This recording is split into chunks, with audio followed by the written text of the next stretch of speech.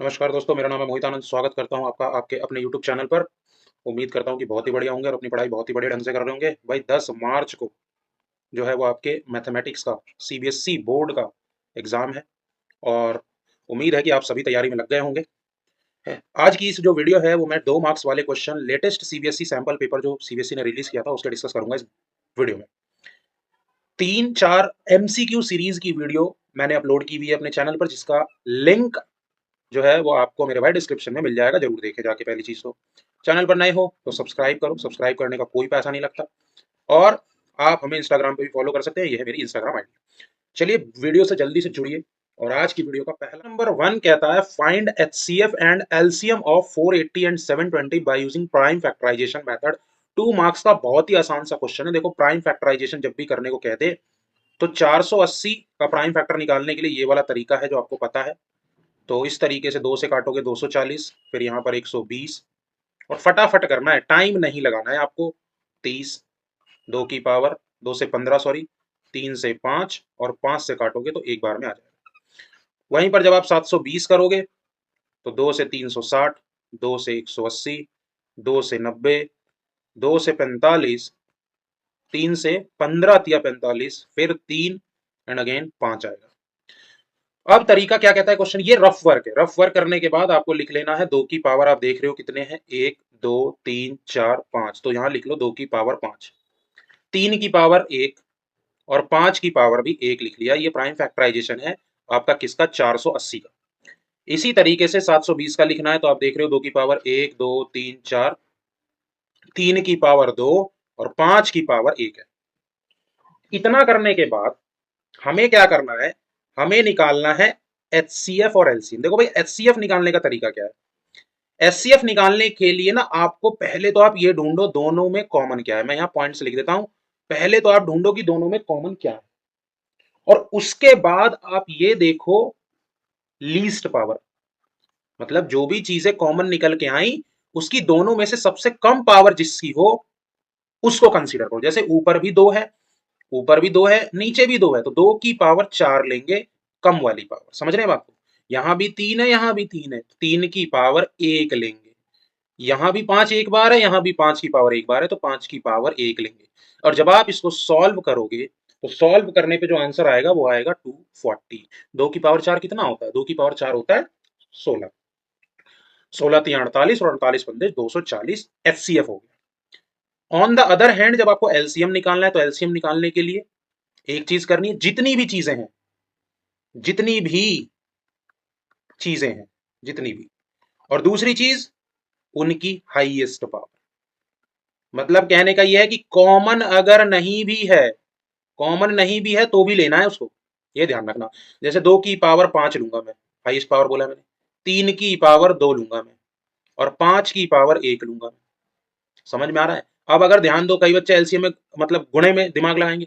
भाई 1 से तो 2 बढ़ गया, 1 पावर से 2 बढ़ गया, 1 पावर से 3 बढ़ गया, तो एक्चुअली में ऊपर वाले में 6 की गुणा कर दूं तो नीचे वाला आ जाएगा। आंसर कितना है, 1440। तो उम्मीद करता हूं एचसीएफ और एलसीएम का बहुत आसान सा क्वेश्चन आपको समझ में आया होगा। एचसीएफ निकालने के लिए पहले कॉमन ढूंढो, फिर उसकी लीस्ट पावर ढूंढ के मल्टीप्लाई करो। एलसीएम निकालने के लिए कॉमन जो नहीं भी है तो बढ़िया है, नहीं है तो भी कंसीडर करना है और उनकी मैक्सिमम पावर हाईएस्ट पावर लेनी। ठीक है, आइए नेक्स्ट क्वेश्चन। जो हमारा क्वेश्चन नंबर 2 है, क्वेश्चन नंबर 2 अगेन इसी चैप्टर नंबर 1 रियल नंबर का एक क्वेश्चन है। एचसीएफ दे रखा है दो नंबर 85 और 238 का, एक्सप्रेस कर रखा है इस फॉर्म में। मतलब कहने का मतलब यह है कि एचसीएफ ऑफ 85 एंड 238 इज कितना दे रखा है भाई, 85 एम माइनस 238। आपसे कह दिया find the value of M. अब भाई एम निकालने के लिए पहले तो 85 का प्राइम फैक्टराइजेशन करो। 85 का प्राइम फैक्टराइजेशन कितना होगा, 5 की पावर 1, 17 की पावर 1। समझ में आ रहा है मैं क्या बोलना चाह रहा हूँ। अच्छा, 238 ये मैंने आसानी से इसलिए कर दिया क्योंकि इसके अलावा और इसका कोई फैक्टर होना भी नहीं है। समझ में आ रहा है कि नहीं आ रहा है। दूसरा चीज, 238 को 17 से जब आप काटोगे तो 17 की पावर 1। समझना बात को। अब 238 को 17 से काटोगे तो कितनी बार में जाएगा, 14 बार में। तो 14 को मैं क्या लिख सकता हूँ, 14 की पावर 1 आ गई। लेकिन अब मेरे दिमाग में आया कि मैं लिखूं क्यों 14 को।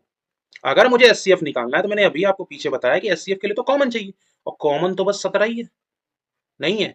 और उसकी मिनिमम पावर कितनी है, 1। तो क्या मैं कह दूं कि इन दोनों नंबर का एचसीएफ कितना है? 17। कितना है? 17। तो क्या 17 ही 85m माइनस 238 की वैल्यू है? हाँ बोलना पड़ेगा भाई। जब ये 238 इधर जाएगा तो प्लस होगा, तो क्या ये 255 होगा? बोलो।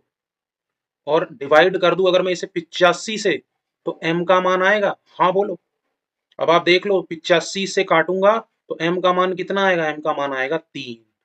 तो 3 इज द आंसर। ध्यान रखना, पहले 85 और 238 का प्राइम फैक्टराइजेशन किया, एचसीएफ निकाला, वैल्यू पुटिंग करी, तब जाके m का मान आया है। आंसर है 3। आइए नेक्स्ट क्वेश्चन। क्वेश्चन नंबर 3 जो है प्रोबेबिलिटी का एक बहुत ही बढ़िया क्वेश्चन कि दो डाइस फेंके गए एक साथ। मैंने अपनी एमसीक्यू सीरीज में बताया हुआ है कि दो डाइस को फेंक दो एक साथ या एक डाइस को 2 बार फेंक दो, नंबर ऑफ टोटल आउटकम 6 की पावर n आएगा। जहां पर n की वैल्यू 2 है तो टोटल आउटकम्स 36 आएंगे। ये टोटल आउटकम्स है, ध्यान रखना। पहली चीज उसने कहा कि जो डाइस हमने फेंके हैं उन पे ये नंबर है, ठीक है। यहां पर ध्यान रखना, यहां पर कॉमा है, ये फुल स्टॉप लगा हुआ है। कभी आपको लगे कि 7.9 की बात चल रही है तो, क्योंकि 6 फेस होते हैं तो 4 6 7 9 11 12 6 नंबर्स उस पर डले हुए। प्रोबेबिलिटी, फाइंड द प्रोबेबिलिटी कि प्रोडक्ट ऑफ नंबर्स जो ऑब्टेन्ड हुए वो ऑड है। तो अब दिमाग क्या लगाना है कि भाई देखा जाए अगर मैं सैंपल स्पेस तो 4 एक फेस पे, दो दो डाइस को फेंका जा रहा है, हो सकता है 4 4 आ जाए। बोलो। हो सकता है 4 के साथ 6 आ जाए, हो सकता है 4 के साथ 7 आ जाए, हो सकता है 4 के साथ 9 आ जाए, हो सकता है 4 के साथ 11 आ जाए, और हो सकता है 4 के साथ 12 आ जाए। इस तरीके से भाई दो डाइस फेंकेंगे तो हर किसी पे नंबर इस तरीके से। लेकिन अब मैंने सोचा कि अगर मैं ऐसे 36 बनाऊंगा तो मेरा दिमाग खराब हो जाएगा। मुझे क्या निकालनी है? प्रोबेबिलिटी किसकी? Product of number obtained is an odd number. बात सही है। अब मेरे को सबसे बड़ी चीज है कि नीचे तो मेरे को पता है कि total number of possible outcome 36 है, ऊपर क्या है मेरे को ये देखना है। भाई अगर ऑड नंबर चाहिए, अगर आप दो नंबरों का प्रोडक्ट कर रहे हो और नंबर चाहिए ऑड, तो ध्यान रखना उसमें से कोई भी नंबर अगर इवन है तो उसका जो प्रोडक्ट है वो इवन ही होगा। हाँ बोलना पड़ेगा। तो मतलब आप मानते हो कि ये वाली तो पूरी लाइन इवन देगी प्रोडक्ट? करके देख लो, यकीन ना हो। 6 वाली जो लाइन बनाओगे वो भी हमें पूरे के पूरे में क्या देगी? इवन देगी प्रोडक्ट। 7 वाली लाइन में जब दोनों पे 7 होगा, जैसे 7,7, 7,9 और 7,11, बस तभी आएगा ऑड। उसके बाद 9 वाले में 7 आ गया जब, 9 वाले में 9 आ गया जब, 9 वाले में 11 आ गया जब, क्योंकि भैया ऑड नंबर लाओगे तभी प्रोडक्ट ऑड मिलेगा। और उसके बाद एक ही बच गया, 11 वाले में 7 ले आओ, 11 वाले में 9 ले आओ, और 11 वाले में 11 ले आओ। Total number of possible outcomes कितने हैं? 9। आंसर कितना आ गया मेरे भाई? 1/4 आंसर है। अगर क्वेश्चन समझ में आया, धरती माँ की कसम है वीडियो को लाइक करोगे और बताओगे कि सर ये क्वेश्चन नंबर तीसरा समझ में आ गया, वरना फंसोगे, क्योंकि टाइम ले जाएगा क्वेश्चन, ये ध्यान रखना। अगर आपको ये समझ में आ गया कि दो नंबर का प्रोडक्ट अगर ऑड नंबर आना चाहिए तो उसमें कोई भी नंबर इवन अगर हुआ तो प्रोडक्ट इवन ही आएगा, तो आप तुरंत में 4 वाली लाइन काट दोगे, 6 वाली लाइन काट दोगे, 12 वाली भी लाइन काट दोगे, और इन तीनों नंबर की वो लाइन काट दोगे जिसमें से 4 6 या 12 आ रहा है। तो एक्चुअली में हर सेट के 3 ही नंबर बन सकते हैं। Total number of possible outcomes 36 है, फेवरेबल आउटकम्स 9 है। आंसर आ गया 1/4। अगला क्वेश्चन, क्वेश्चन नंबर 4, प्रोबेबिलिटी का ही क्वेश्चन है कि how many positive 3 digits integer, positive 3 digit integer have the 100th digit 8 और यूनिट्स डिजिट 5। पॉजिटिव 3 इंटीजर के ऐसे कितने हो सकते हैं जिनकी 100th डिजीज, और डिजीज बार बार निकल रहा है मेरे मुंह से, डिजिट 8 हो और यूनिट डिजिट 5 हो? भैया एक बात बताओ, 805, 815, बोलते जाओ, 825, 835, 845, 855, 865, 875, मैं खुद टाइम ले रहा हूँ, 885, 895। इसके अलावा कोई नंबर बता दो जिस नंबर में 100th डिजिट 8 और क्या कहते हैं आपकी यूनिट डिजिट 5 हो। सबसे बड़ा चैलेंज आता है, टोटल 3 डिजिट पॉजिटिव इंटीजर कितने होंगे? तो भाई टोटल 3 डिजिट पॉजिटिव इंटीजर्स होंगे 900, 100 से लेके 999 तक। 99 उधर चले गए, 1000 वाला एक चला गया तो बचे 900।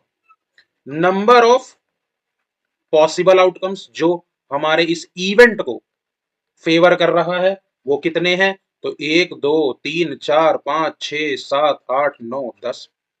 तो क्या आप कहने की जरूरत है कि पीई इज इक्वल्स टू 10/900 होगा?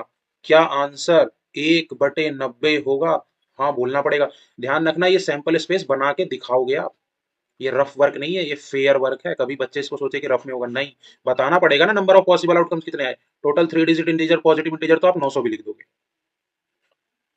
उम्मीद करता हूं कि आपको प्रोबेबिलिटी के दोनों ही क्वेश्चन बहुत अच्छी का ये जो क्वेश्चन है इसमें इवेलुएट करने को कहा गया, तो 2 मल्टीप्लाई साइन 60 जो कि होता है √3/2 का स्क्वायर करना है, माइनस 10 स्क्वायर 30, 10 जो 30 होता है वो होता है 1/√3, इसका स्क्वायर करना है।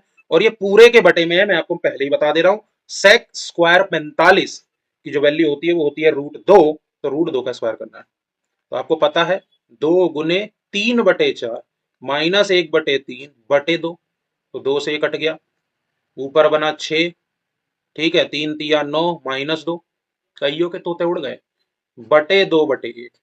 तो इसको सॉल्व कर लो, 7/12 आंसर आना चाहिए इवेलुएट करने के बाद। बहुत ही आसान है। अगर ऐसे क्वेश्चंस में 2 नंबर के क्वेश्चन में अगर आप 2 नंबर नहीं ला पा रहे हो तो ध्यान रखना कि फंस जाओगे, फंसना नहीं है। 7/, क्वेश्चन नंबर 6। क्वेश्चन नंबर 6 कहता है find the points on the x axis जो √41 यूनिट की दूरी पर हो इस पॉइंट से। मैं पहले ही आपको एक चीज बता दूं, मैंने बताया था कि अगर कोई पॉइंट एक्स एक्सिस पर है तो उसके कोऑर्डिनेट क्या होंगे भाई, x,0, उसका y कोऑर्डिनेट 0 होता है, पहली चीज। अब हमें डिस्टेंस फॉर्मूला लगाना पड़ेगा, तो 8 माइनस एक्स का होल स्क्वायर प्लस -5 माइनस 0 का होल स्क्वायर, बोलो हाँ या ना, बराबर में √41, इतनी दूरी पर होना चाहिए। स्क्वायर से स्क्वायर कट गया, या ये कह लो on squaring both side, 8 minus x का होल स्क्वायर प्लस -5 का स्क्वायर 25 बराबर 41, 8 का square 64 plus x square minus 16x बराबर 16। अच्छा, कई बालक ऐसे होते हैं बिल्कुल महानुभव जो 8 माइनस एक्स के होल स्क्वायर को खोलते तो है लेकिन a माइनस बी का होल स्क्वायर करना भूल जाते हैं। भाई बर्बाद मत हो जाना। इक्वेशन बनी x square minus 16x plus कितनी, 64 में से 16 जाएंगे तो कितने बचेंगे, 48 बचेंगे। अब यहां पर मैं आपके लिए होमवर्क छोड़ रहा हूं, होमवर्क आपको सॉल्व करके बताना है कि x की पॉसिबल वैल्यू क्या है। कमेंट करना है आपको x की पॉसिबल वैल्यू क्या है। एक और चीज मैं आपको यहां पर बता दूं, क्या इस सवाल को करने का कोई दूसरा तरीका भी हो सकता था? क्या हम इसको और आसान तरीके से कर सकते थे? देखो, पहले तो आप x की वैल्यू जब यहां पर पहुंचो तो वीडियो पॉज करके बताना मेरे को आंसर। अब देखो दूसरा मेथड, जब ये आया ना 8 माइनस एक्स का होल स्क्वायर तो बराबर कितना 16, जब ये इधर चला गया, आपको पता है अगर मैं 8 माइनस एक्स रखूं और इधर से स्क्वायर हटाऊं तो इधर रूट बनाएगा, तो 8 माइनस एक्स बराबर कितना आएगा, तो आपको पता है एक्स की वैल्यू कितनी आएगी, एक्स की वैल्यू आएगी मेरे भाई 4 है। अच्छा, दूसरी चीज और हमें यह भी पता होना चाहिए कि जब हम रूट से संख्या बाहर निकालते तो माइनस का आता है, तो 8 माइनस एक्स बराबर -4 भी आएगी, तब यहां पर x की वैल्यू 12 भी आएगी। क्यों? क्योंकि आपको एक चीज समझ में आनी चाहिए कि जब यहां पर एक क्वाड्रेटिक इक्वेशन बनी है, यहां पर मैं आपको थोड़ा सा कॉन्सेप्ट समझा देता हूं कि जब यहां पर एक क्वाड्रेटिक इक्वेशन बनी है तो हम जानते हैं कि क्वाड्रेटिक इक्वेशन के एटमोस्ट 2 रूट्स, नहीं, एटमोस्ट 2 रूट्स। तो भैया यहां पर जब आप √16 का निकालोगे तो √16 का निकालने का मतलब होता है रूट से जब कोई भी संख्या बाहर आती है तो प्लस माइनस दोनों की होती है, यहाँ प्लस की थी तो आंसर था 4, यहाँ माइनस की थी तो आंसर था 12। यानी अगर आप इस क्वाड्रेटिक को सॉल्व करते तो भी आपका आंसर यही आता। उम्मीद करता हूं इस वीडियो को पसंद कर रहे होगे। Like. Question number 7। Question number 7 कहता है कि दर्शाइए, शो डैट, ये जो पॉइंट है ए बी और सी ये एक आइसोसेलेस ट्राइंगल के वर्टिसेस है। भाई अगर आइसोसेलेस ट्राइंगल है, मान लो ये है, तो ये मान लो ए है, ये बी है और ये सी है, तो ए हो गया -5,6, बी हो गया 3,0 और सी हो गया 9,8। ठीक है, ऐसा हो गया। अब आइसोसेलेस ट्राइंगल है तो कोई दो साइड आपको बराबर कर लेनी है, तो हमें निकालना होगा ए बी। ए बी के लिए 3 + 5 का होल स्क्वायर प्लस 0 - 6 का होल स्क्वायर करो, तो भाई 8 का स्क्वायर कितना 64, 6 का स्क्वायर 36, तो आंसर देखा जाए तो कितना आ गया 10 यूनिट्स, नहीं BC निकाल लो। BC के लिए रूट 9 में से 3 घटाओ का स्क्वायर और 8 में से 0 घटाओ का स्क्वायर। 9 में से 3 गए 6 का स्क्वायर 36, 8 का स्क्वायर 64। तो भाई ये भी कितना आ गया 10 यूनिट्स। मतलब ए बी बराबर, जब बी सी आ ही गया तो मैं क्यों करूं, क्योंकि ए बी बराबर बी सी, इसलिए triangle A B C is an isosceles. आप कहेंगे सर, कुछ तो कहेंगे सर तीसरी भी बराबर हो जाती। हमसे ये थोड़े कहा है कि बताइए आइसोसेलेस है या इक्विलेटरल, उसने कहा दर्शाइए, शो डेट। मतलब ये आइसोसेलस या तो होगा या नहीं होगा, और शो डेट है तो आइसोसेलस है। दो साइड निकल गई, तीसरी निकालने की जरूरत भी नहीं। तो वीडियो देखने के लिए आपका बहुत बहुत धन्यवाद। ये लेटेस्ट सीबीएसई सैंपल पेपर के 2 मार्क्स वाले क्वेश्चन थे। एमसीक्यू सीरीज जो मैंने डाल रखी है उसका जो लिंक है वो डिस्क्रिप्शन में है, जाके जरूर देखें। अगला जो वीडियो आ रहा है वो आ रहा है 3 मार्क्स वाले क्वेश्चन का, और फिर मैं आपको प्रीवियस ईयर क्वेश्चंस कराऊंगा। मेरे साथ बने रहें चैनल पर। तो पता ही आपको क्या करना है, सब्सक्राइब, लाइक और वीडियो करना है share. Bye bye, take care, जय श्री राम।